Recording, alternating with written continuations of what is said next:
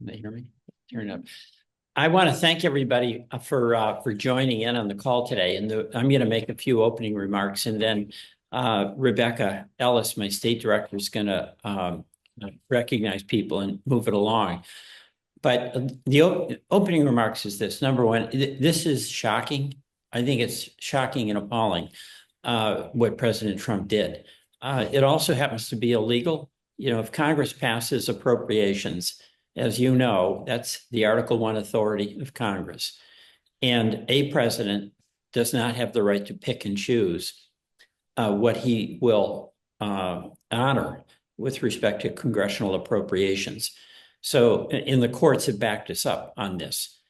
The difficulty we have is that this president doesn't really care whether it's legal or not, whether he has authority or not.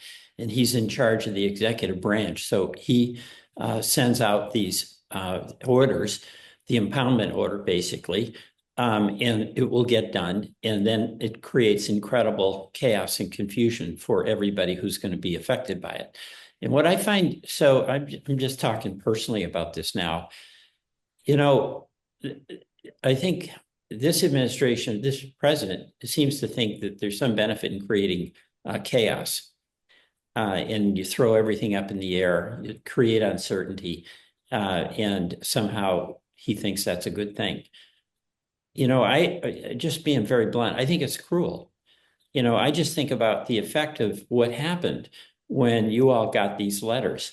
Molly Gray, who I worked with for so many years, I just think of all those Afghan refugees where we have this profound obligation because they helped us, they helped our men and women who were in Afghanistan, and then they are depending on getting the visa, and suddenly that whole program is stopped. Or I think of a mom who finally was able to get a dental appointment for her son or daughter that was a Medicaid provider, and the website goes dark.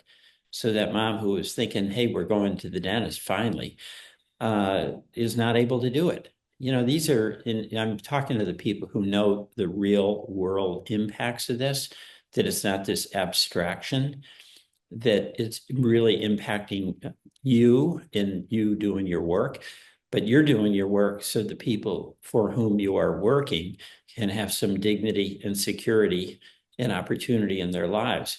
So I'm speaking just on a personal level. I think it's cruel for an executive to create that kind of chaos and uncertainty for so many people.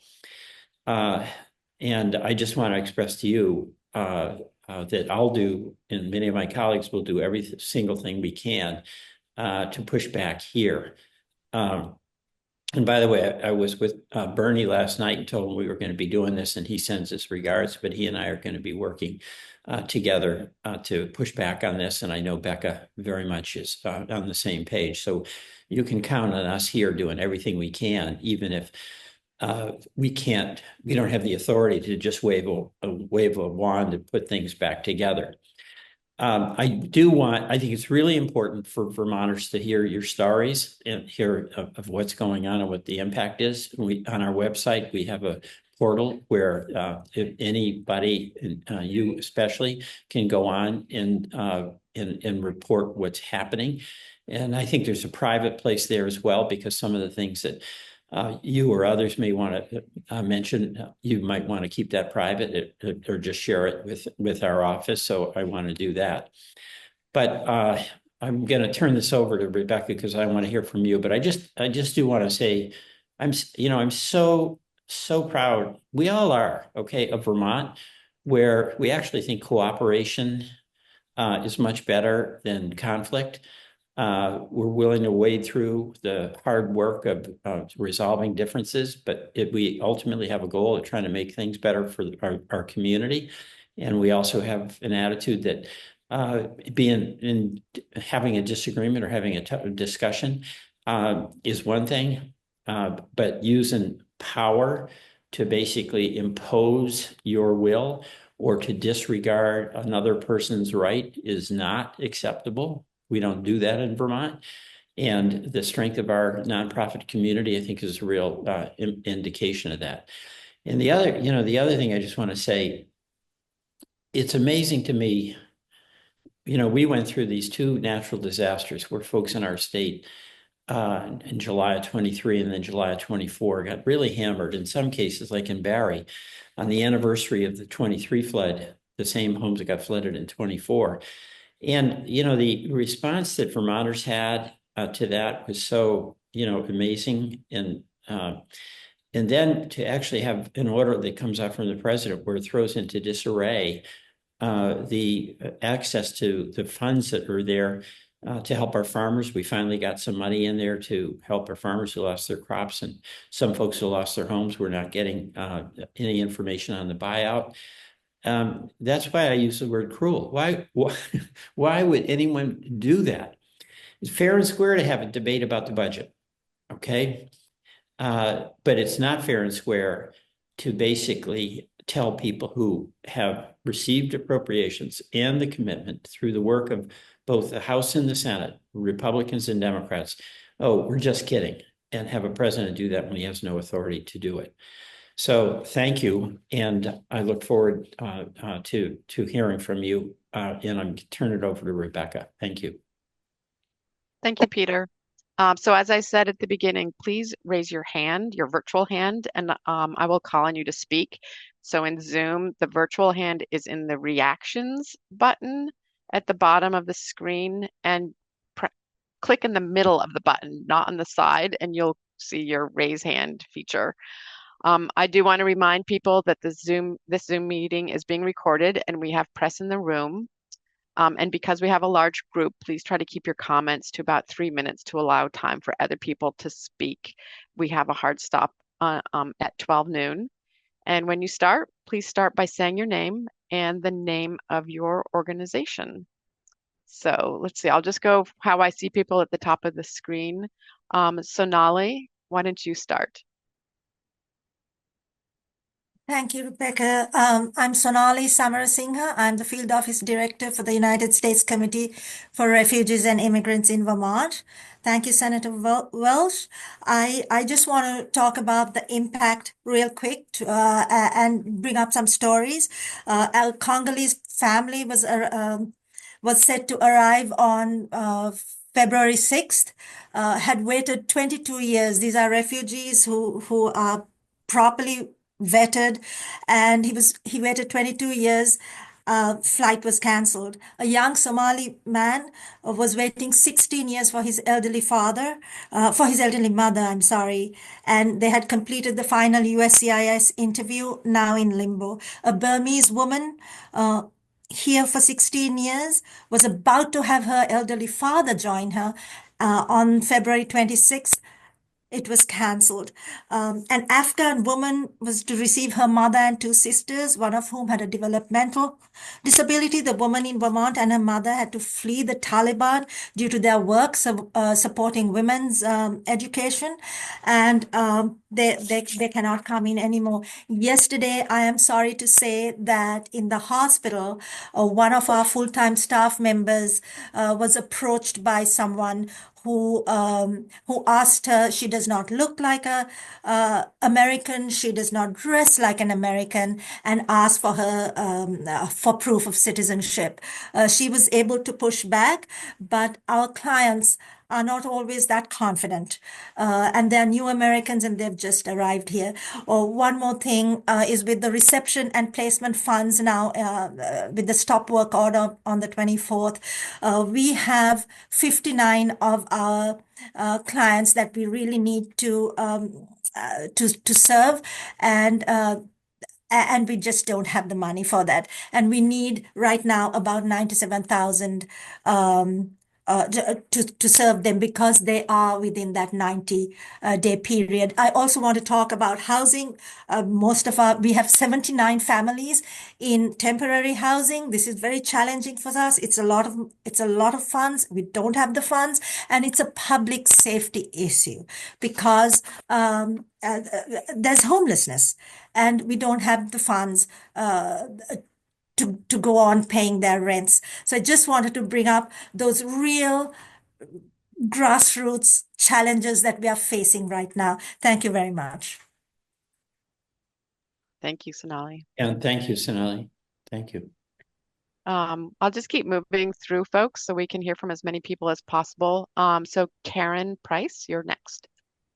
So, hi, I am Karen Price from the Vermont Family Network. VFN is a nonprofit that has been supporting families of children with disabilities and special health needs for over 30 years.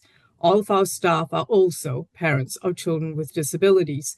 We are funded primarily through federal and state funding. Our federal grants are as the Individuals with Disabilities Education Act, IDEA, Parent Training and Information Center, as well as the Family to Family Health Information Center. Our state funding is largely federal flow-through. The executive order and the memo has thrown all of our funding that we have relied on into disarray. We had problems accessing our funding portals on Tuesday. We had no idea whether we would receive any more funding. We suspended all of our planned activities. We talked about furloughing our employees. Since then, we have received no guidance at the federal level from our project offices at the Department of Education or at the Department of Health and Human Services.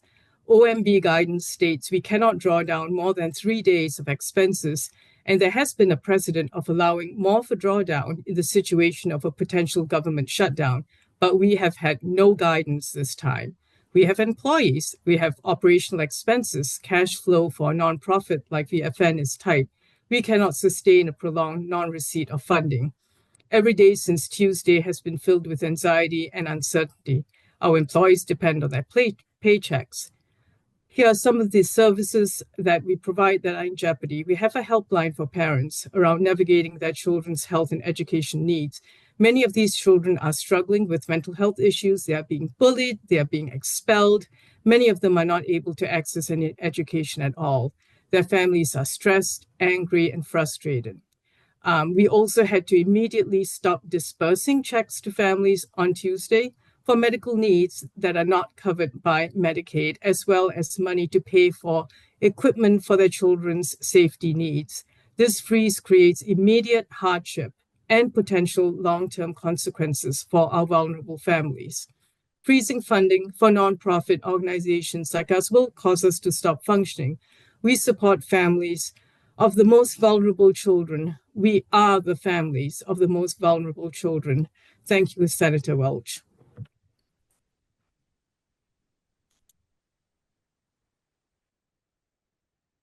Thank you. We will next turn to Polly Major. Yeah, thank you, by the way. I'm sorry, I was on mute, but thank you. Well, thank you, Senator Welch, for hearing these stories and for all the work you do to secure the federal funds for Vermont that play such a critical role. I'm Polly Major. I work with the Vermont Housing and Conservation Board, and we administer federal funds that help to build housing and help to make farmland affordable to farmers. And this week, we had to contemplate what it looks like to Vermonters to not have that support.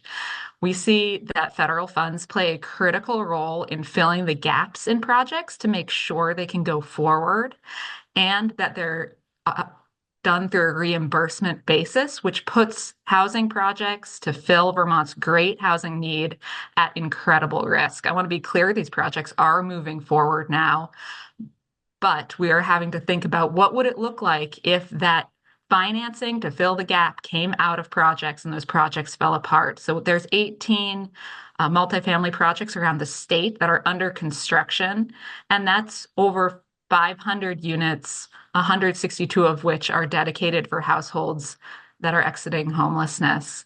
And those would be left half constructed if their financing fell apart. They're in communities like Barrie, which is working to recover from a flood, like Windsor, that's trying to invest in its downtown, and like Newport, that knows more than any other community the impact on community development of a project being left unfinished in the community. And that's not all. We have another 370 homes that have federal commitments to them that are moving towards closing, that want to get under construction. We have developers that want to meet the housing needs of our state that would not be able to do so if this federal funding were to be pulled back. So we are highly concerned about the path the federal government is going down and what it means to builders, to construction teams, to anyone who's dependent on wait lists, depending on these homes to secure housing if these federal funds are pulled back.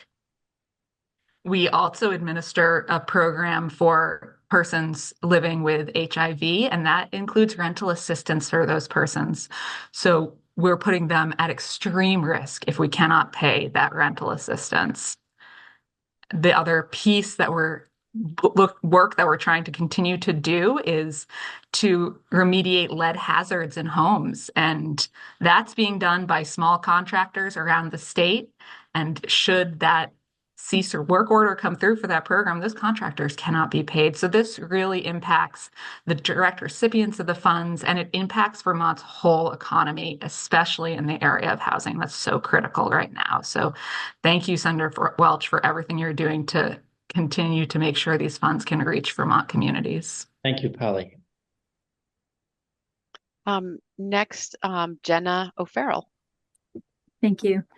Hi, Senator Welch. Thank you so much for holding this today and all you and your office has been doing to support our work. I'm Jenna O'Farrell. I'm the Executive Director of Northeast Kingdom Community Action. We serve Caledonia, Orleans, and Essex County. We are part of the Vermont Community Action Network. We have a partnership between SEVCA, Brock, Capstone, and CVOEO. So together we make up your Vermont Community Action Network.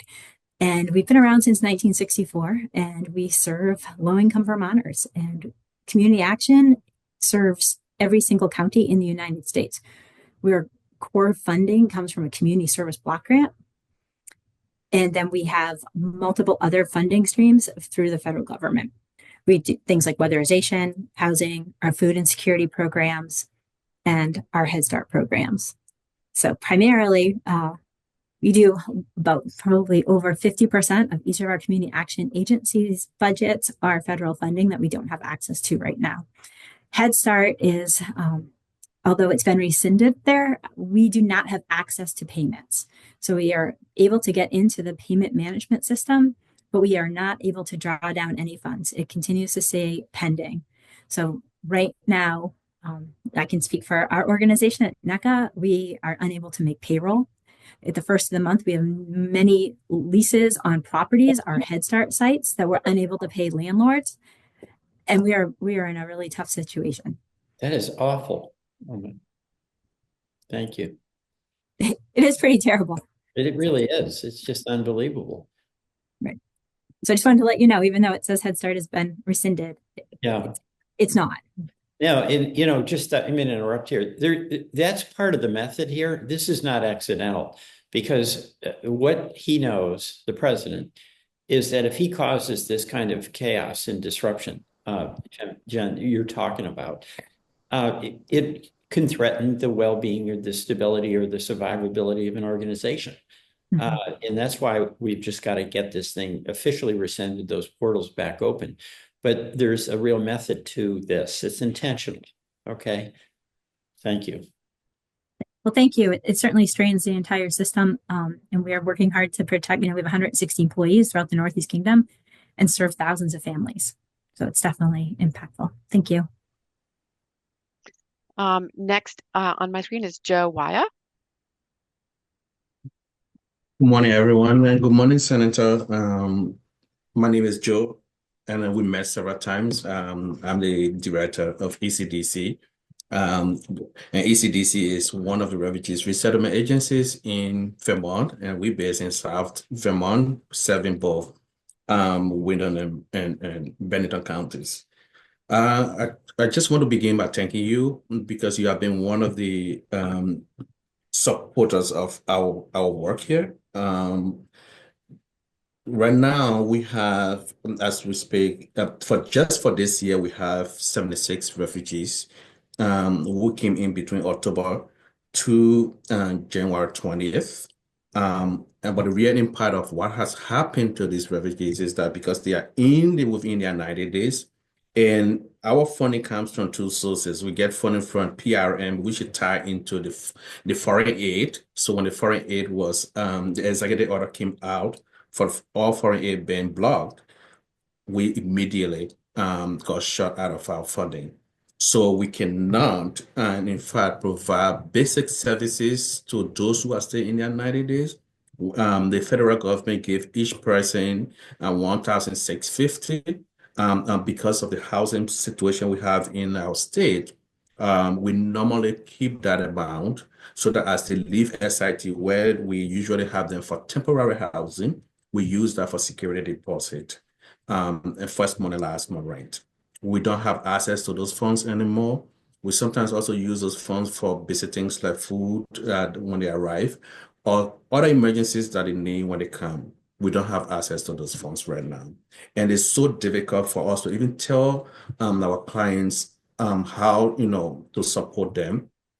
I must say, though, the community has been very supportive. They have been generous. As Vermont been, as always, Vermonters always step up in this kind of crisis. They have been coming up and supporting us.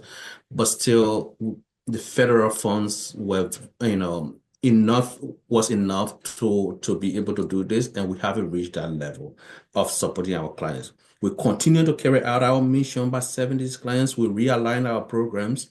With the impact of this, unfortunately, had to let 9 of our staff leave.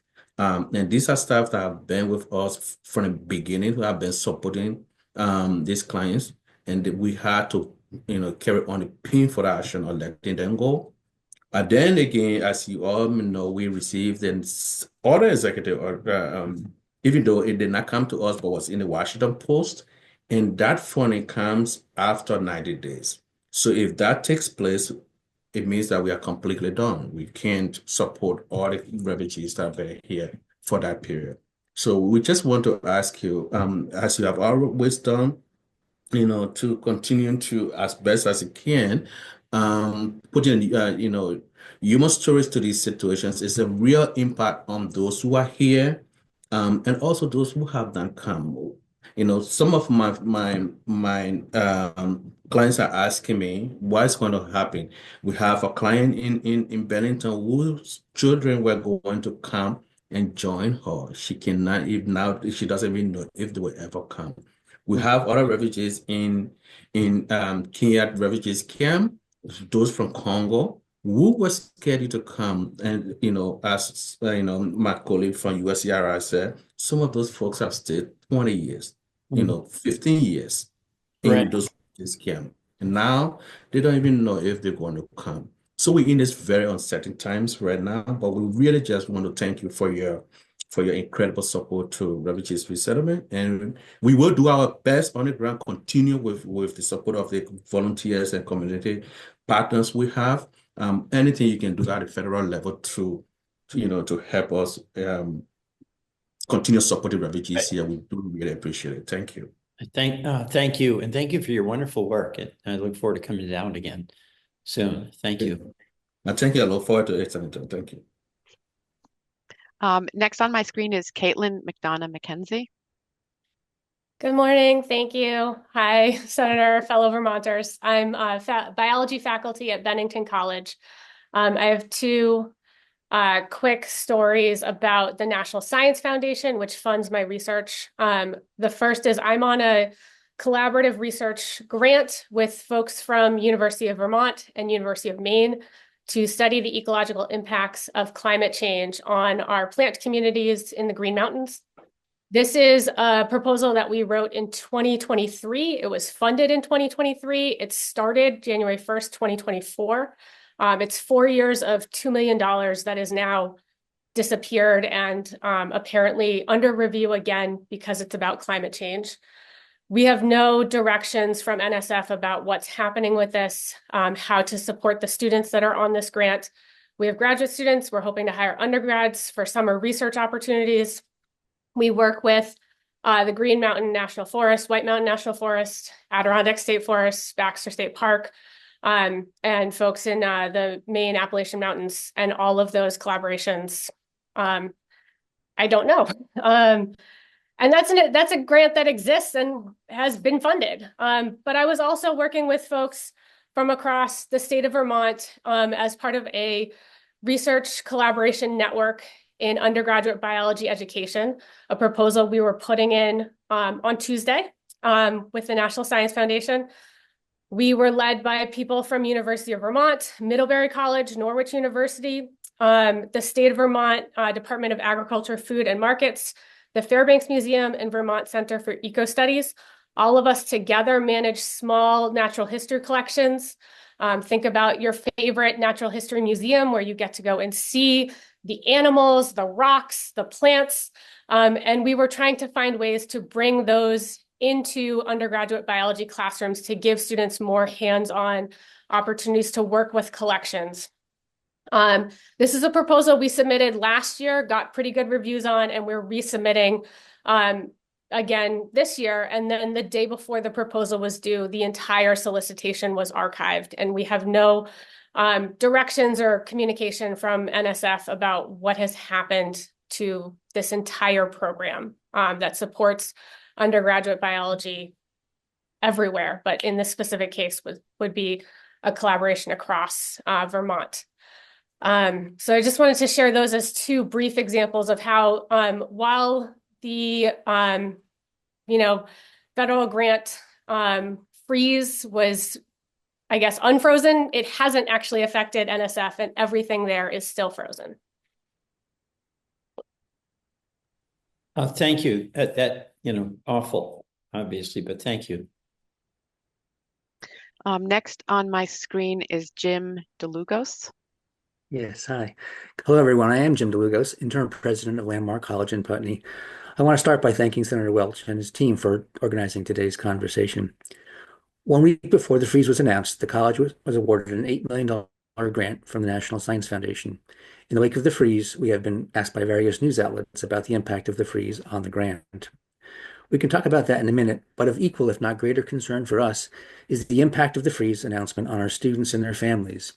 The uncertainty about the availability of Pell Grants, student loans, vocational rehabilitation funds, and other funding that our students and their families rely on, literally as the spring semester was beginning, was a source of great concern and stress. We had many families reach out to us on Tuesday to ask what this would mean for their students and for the college. Fortunately, Landmark College is in a position to be able to weather short-term disruptions and uncertainty, but we were able to convey that to our community.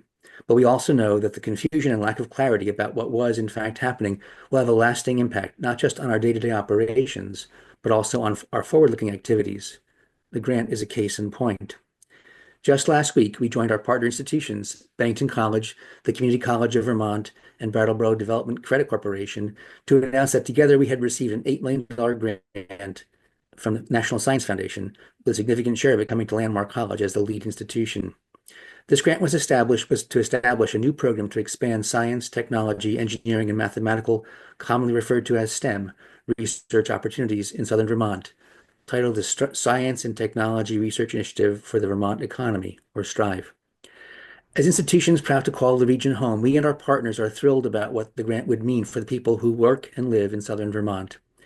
If eventually funded, it will greatly enhance the STEM research infrastructure of the region, offering economic support and new employment opportunities in rapidly expanding science and technology fields, the type of careers that will be critical for innovation in Vermont and nationwide for generations to come, and that provide good-paying jobs for a region that needs them.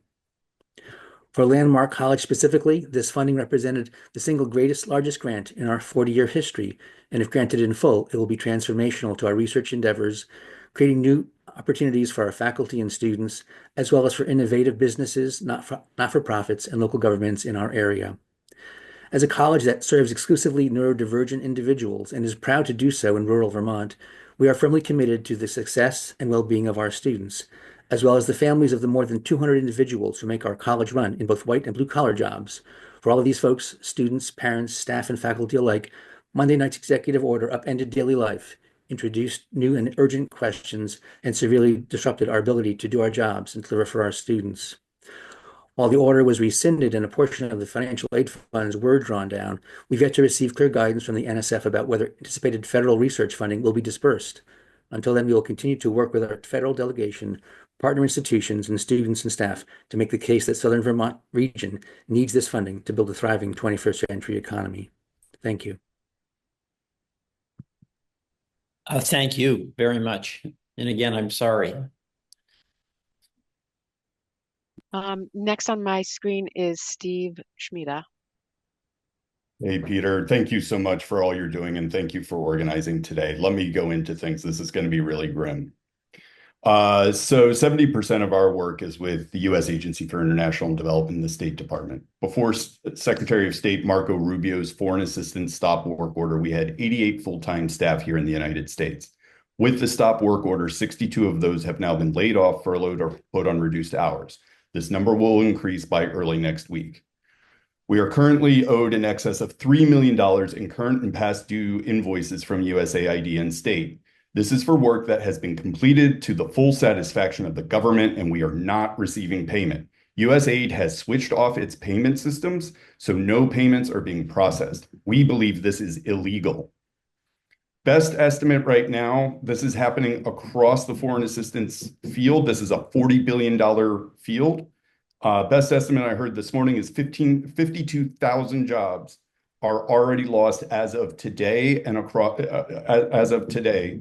and due to Secretary Rubio's stop work order. Millions around the world are going without much needed aid. There was an amazing article in the New York Times about just how disastrous this is. Meanwhile, and I have direct evidence of this, country governments are furious with the United States for pulling the rug out from under them, right? Because many governments partner with the United States on these aid projects, and they basically pulled the rug out from under them, let alone the beneficiary governments themselves.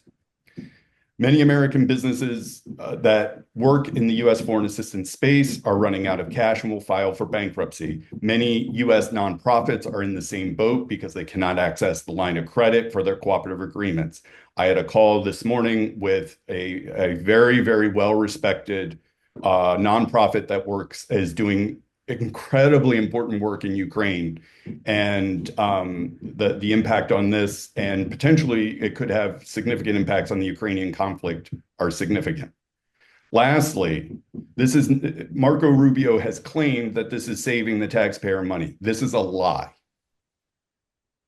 This is going to cost the American taxpayer billions of dollars in litigation, unemployment costs, and frankly, they're going to have to pay a lot of back costs that are going to rack up for the U.S. taxpayer. This is going to cost probably 10x of what they save. We have no objection whatsoever to the president wanting to review and reform foreign aid. We're with him on that. But this is not the way to do it. Thank you.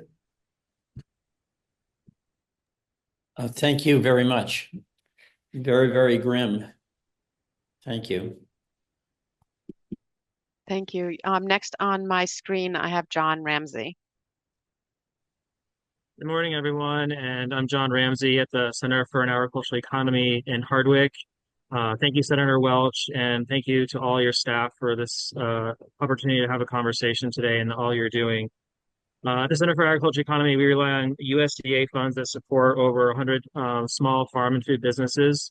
We also use those funds to get local food into our schools. We're also on the cusp of completing a very large infrastructure project that'll have a net positive benefit annually of tens of millions of dollars for our local farm and food businesses, and we're awaiting federal funds to be reimbursed on work that is already completed that we need to receive for our continued cash flow of that project.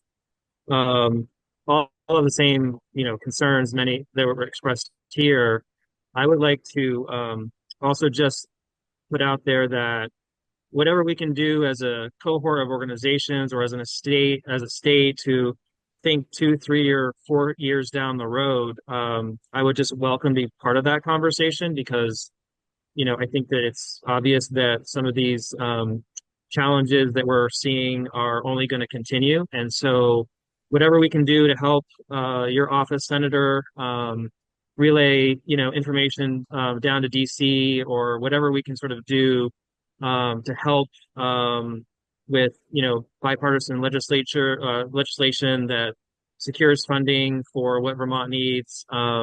Please let us know how we can help, and how we can start thinking long term about some of these funding challenges. Thank you. Thank you, John. And you're helping right now. I'm getting the story out. Next on my screen is Susan McClure.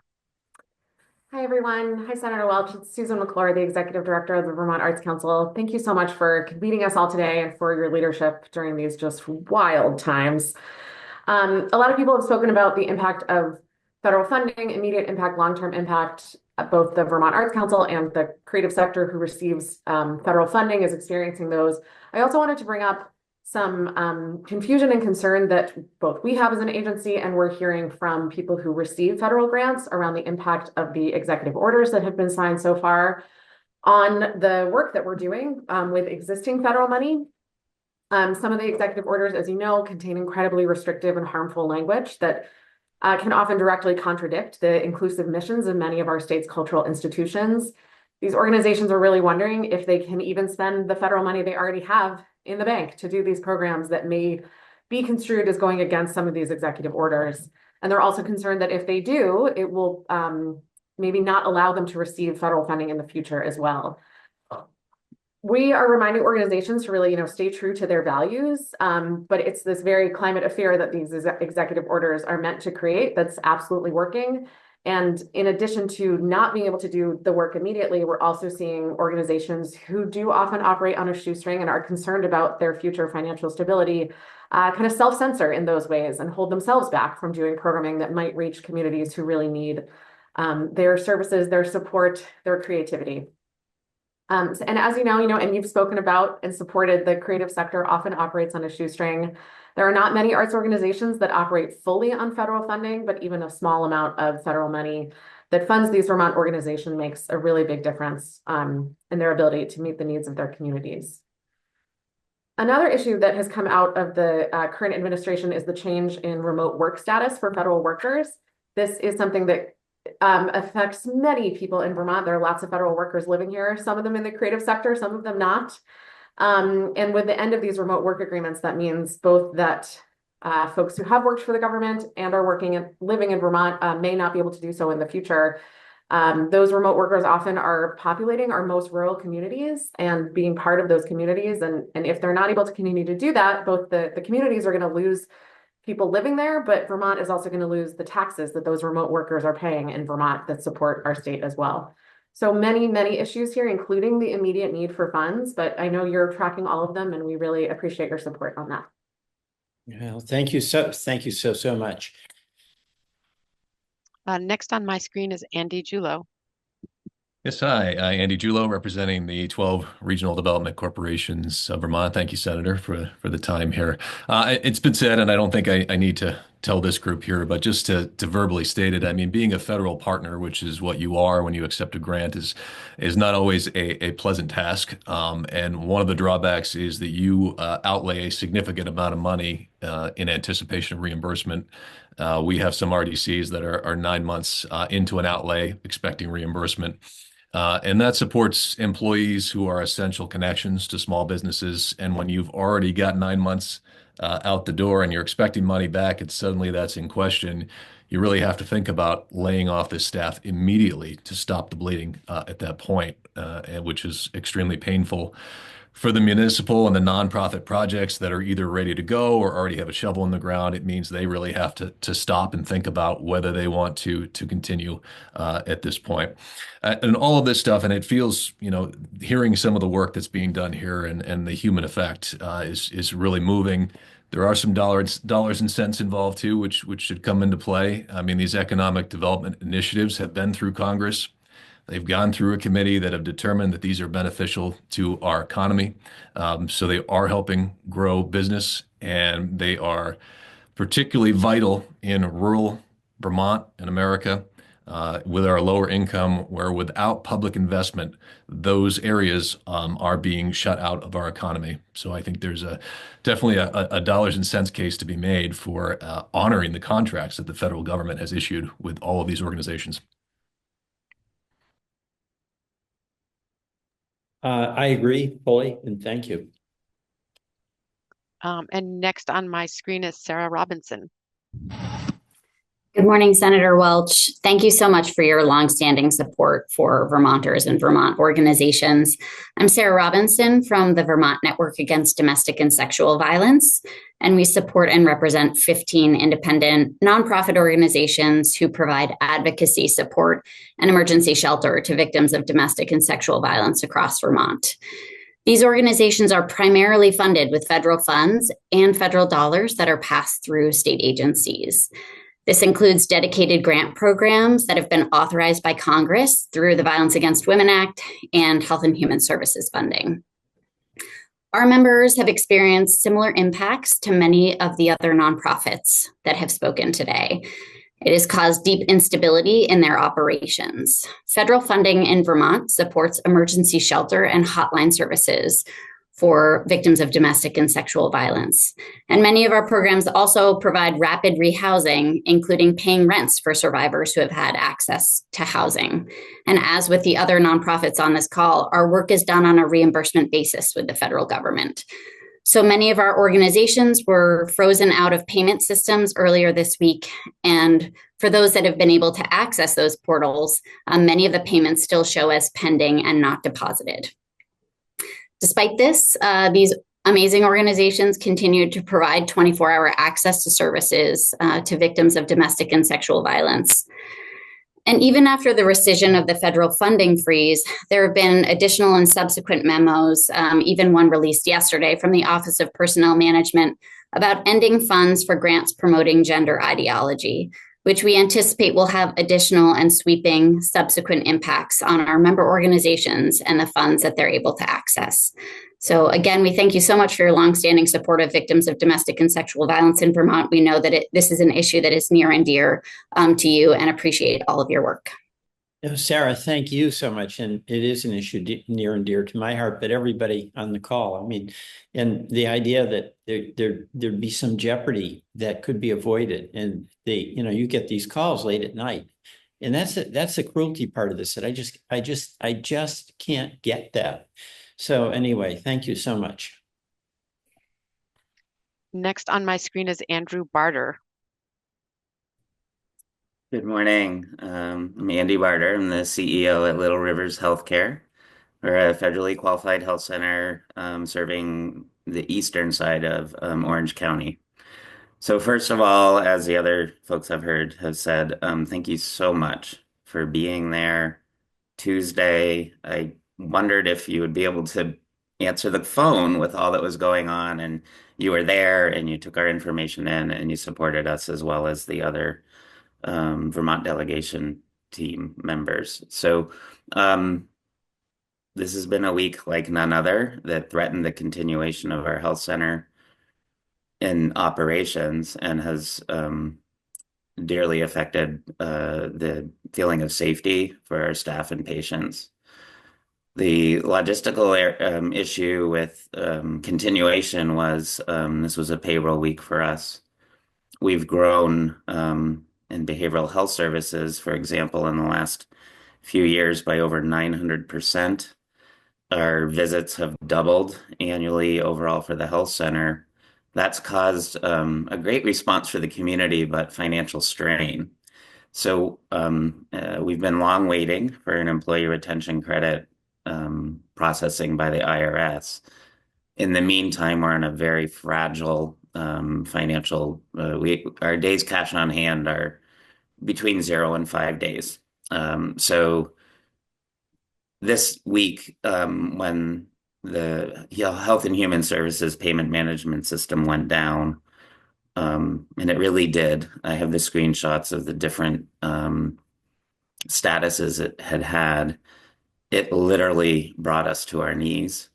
And we're here standing strong. I can give more details, but it rippled through all our staff, our board of directors, and threatened, the care of about 10,000 Vermonters.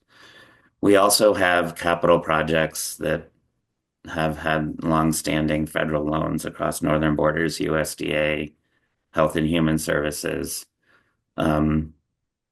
We had a pause, and the current next step for progression on those was approval by USDA, and they weren't able to work with us. Although I think there's a breakthrough this morning, which puts a threat on our subcontractors, which then puts a threat on completing these projects.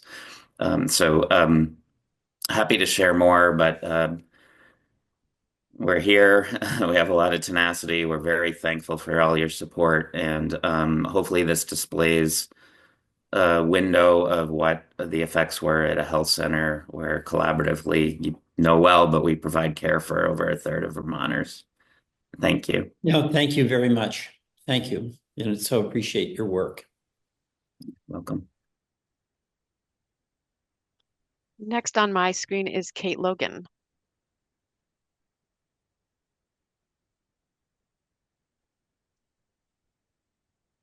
Hi, thanks so much, Senator Welch, and your staff. Thank you so much for your fearless representation and your support this week. I'm Kate Logan. I use she or they pronouns. I'm the director for the Vermont Coalition of Runaway and Homeless Youth Programs. We're a statewide network of youth serving agencies outside of Chittenden County in 10 counties. VCRIP is housed at Elevate Youth Services, which is based in Berlin, Vermont. VCRIP agencies provide housing, shelter, case management, and other services to runaway and homeless youth from age 12 to 24. VCRIP's direct service providers include Elevate Youth Services, Northeast Kingdom Youth Services, Northeast Kingdom Community Action, Lamoille County Mental Health Services, Northwest Counseling and Support Services, Homeless Prevention Center, Interaction, and new agencies with whom we were just about to bring on as new subgrantees in Addison County. The programs that VCRIP funds are 100% federally funded. We receive funding from both HUD and the Family and Youth Services Bureau at DHHS. Last year, Elevate Youth Services and the network of VCRIP subrecipients collectively served nearly 200 youth who were experiencing housing instability or homelessness with case management, and for those who made it to the top of a very long wait list for a short amount of resources, we directly provided housing. VCRIP agencies currently directly provide housing in youth-specific transitional housing and provide tenant-based rental assistance for youth who are ready to live independently. Program participants are provided case management by 9 full-time youth housing case managers across the state. Our agencies are currently serving 78 youth, and any further delay in receiving our resources would be hugely detrimental to these 78 youth. And this is at a time when we've seen the number of Vermont's youth experiencing housing instability or homelessness quadruple in the last 5 years. We meet a fraction of the need in the state right now. Our programs are already underfunded due to years of level funding, with the expectation that our agencies would continue to do the same level of work. There's inadequate support provided for grants administration and no possibility of using funds to maintain reserves, meaning that direct program work always takes precedent over capacity building and development work. So things are tight. This freeze has disrupted crucial contracting and other administrative processes that have already caused a delay in receiving reimbursement for resources already expended on these programs. And if there's any further delay in our access to our funding, payments for youth housing and payroll for case managers will not be possible for more than a month, representing a loss of nearly all youth-specific housing and case management resources outside of Chittenden County. Thanks so much. Thank you. Thank you very much. Looks like we will have time for probably 2 more people. So next on my screen is David Bond.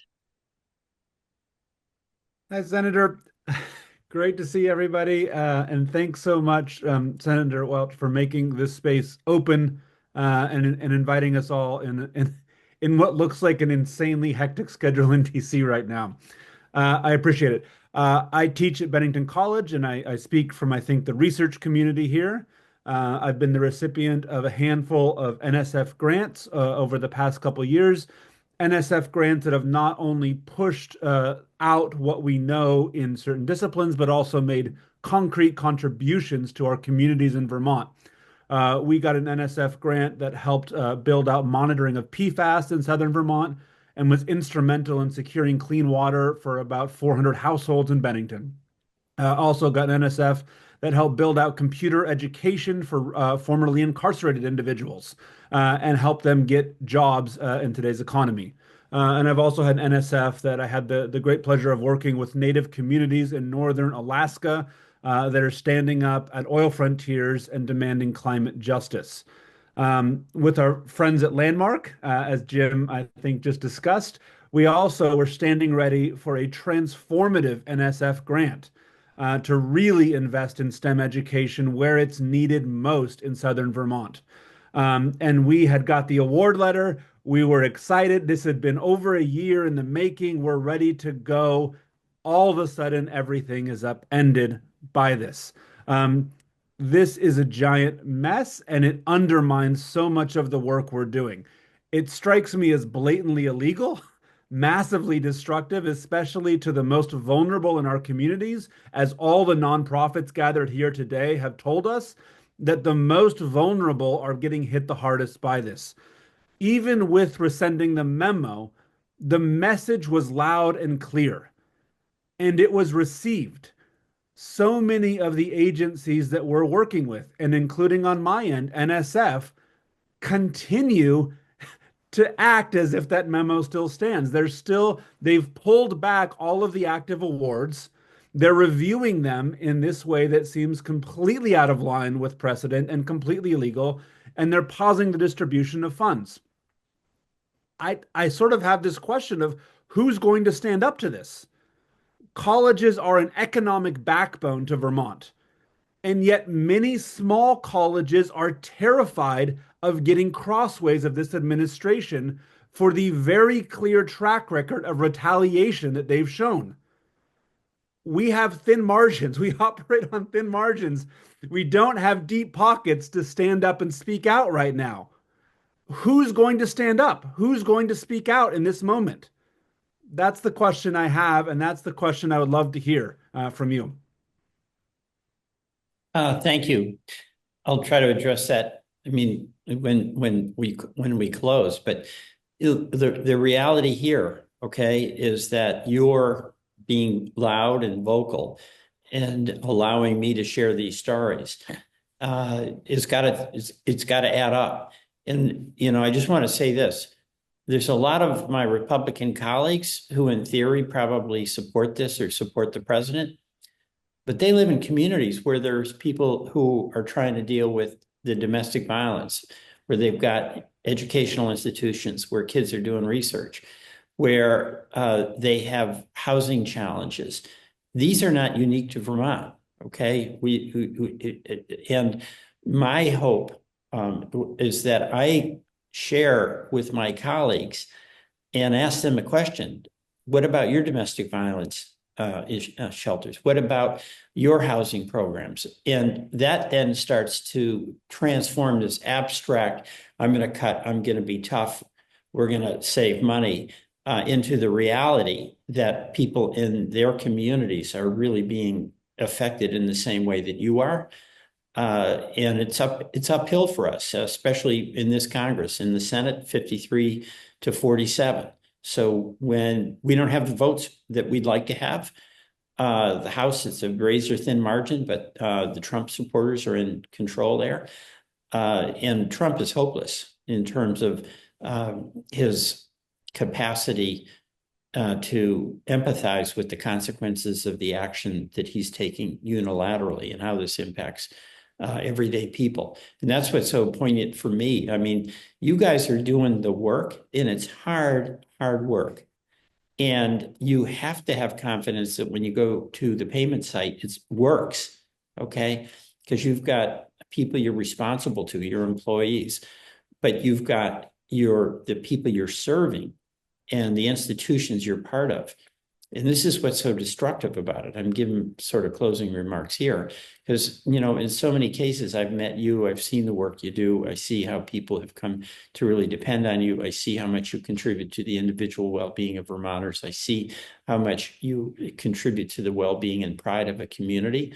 And why in the world would anyone, especially the President of the United States, who has more responsibility for the well-being of the people of this country than anyone, do something where it causes chaos, disruption, uncertainty, and damage?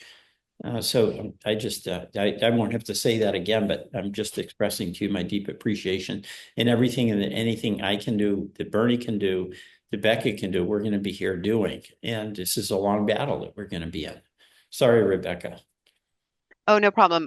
We're almost out of time, but Michael, you had your hand up. Did you want to say anything quickly? No, I think Peter having the last word makes a lot of sense. Well, Michael, I don't mind. You do important work down there, so I'd love to. It's probably similar to a lot of organizations that Michael Redmond, the executive director of the Upper Valley Haven in White River Junction, Vermont, provide a lot of food programs that would be put at risk through cutting off the Vermont Food Bank funding, shelter that we operate for adults and families, and just outreach to people that are in need. A particular project that we had on the drawing board that was of great concern is to add a shelter capacity. And we know about the problem of homelessness in Vermont and the challenge that it's presenting in the very challenging housing market. But we were ready to add a 20-bed shelter and resource center, which would draw in a lot of the organizations as well that are framed here from the Upper Valley to help people in that moment and find permanent housing. And we had a significant grant as part of that, raised a lot of private money, but we had a grant that was coming from community facilities of USDA. And the uncertainty of that, and if right now it seems to be back on, but if it comes up again, it could jeopardize our ability to add those needed shelter beds. So I appreciate, because I think today overall the message was in the media, and what we heard as well, things are back to normal, everything's fine. And boy, did I learn a lot today. And if I don't know it, that means the whole community doesn't know it. So I really appreciate your giving the chance where media can really pick up on the story. The deed was done and it caused chaos, and it's still out there. Well, it is, and we're going to have a long fight here. I mean, this unilateral action is, it's clearly illegal. Okay. And the willingness of the president to do something that's blatantly illegal, but where, because of the incredible executive authority that a president of our country has, the executive branch will send out these stop work orders, basically. It's very destructive.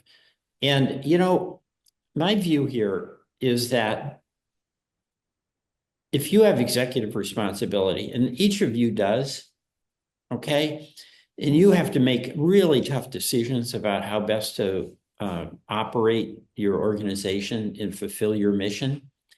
And there's times when you have to take under consideration maybe some tough calls that are going to have some impacts locally.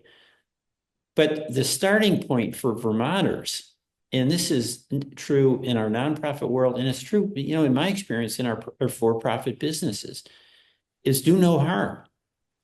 You just don't come out with some explosive, destructive edict.